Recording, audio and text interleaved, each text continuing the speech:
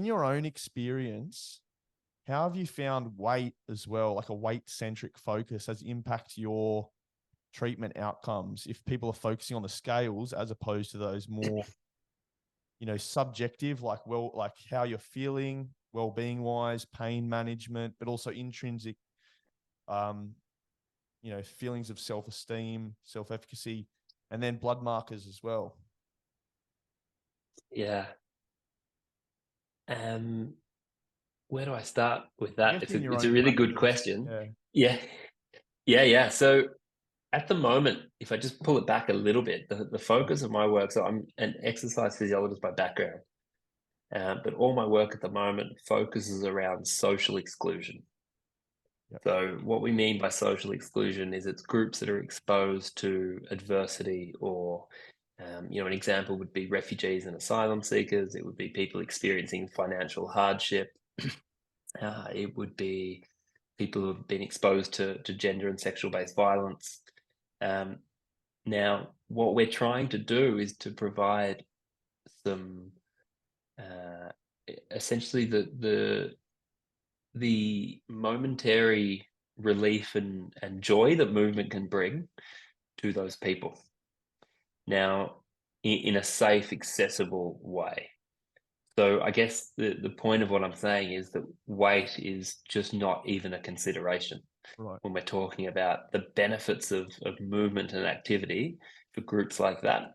We're not interested in weight. It's not even something that we would measure. It's not something we'd look at because we know that the mental health benefits of activity can come independent of any change in weight.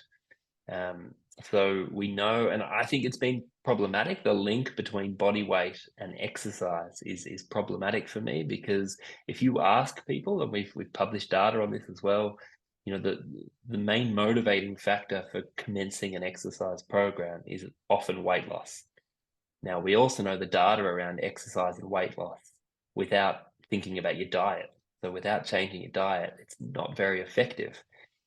So we're setting people up to fail there, and there's a disconnect between what we're measuring and what we're doing and what the likely outcome is going to be. So in short, I'm not interested in body weight. I'm interested in how do people feel? How are they sleeping? How are they moving? How's their anxiety? Those sorts of factors that we know can change or shift in response to some activity as opposed to body weight. Yeah, and I think you spoke to Anita in the Good Chat. I was listening to one of the podcasts you did with her, and this is something that you got quite a strong stance on in terms of that. And I guess success leaves clues, doesn't it? So if your research, you've and the work you're doing, you've steered away from even touching on that, focusing more on the, things like,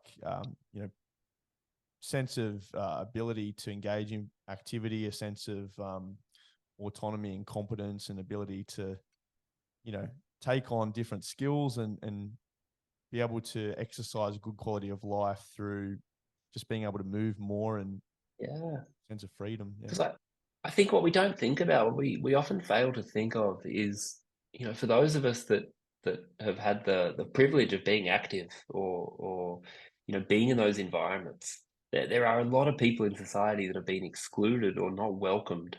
And that's either deliberately or implicitly or explicitly, and what I mean by that is it could just be people that they don't see people like them in those environments. Yeah. Now that's problematic because then if we think about how stressful that can be for someone to turn up to one of those environments, and then we add these additional layers of right now we're going to poke and prod you and look at a number on a scale. Of course that's going to be a deterrent.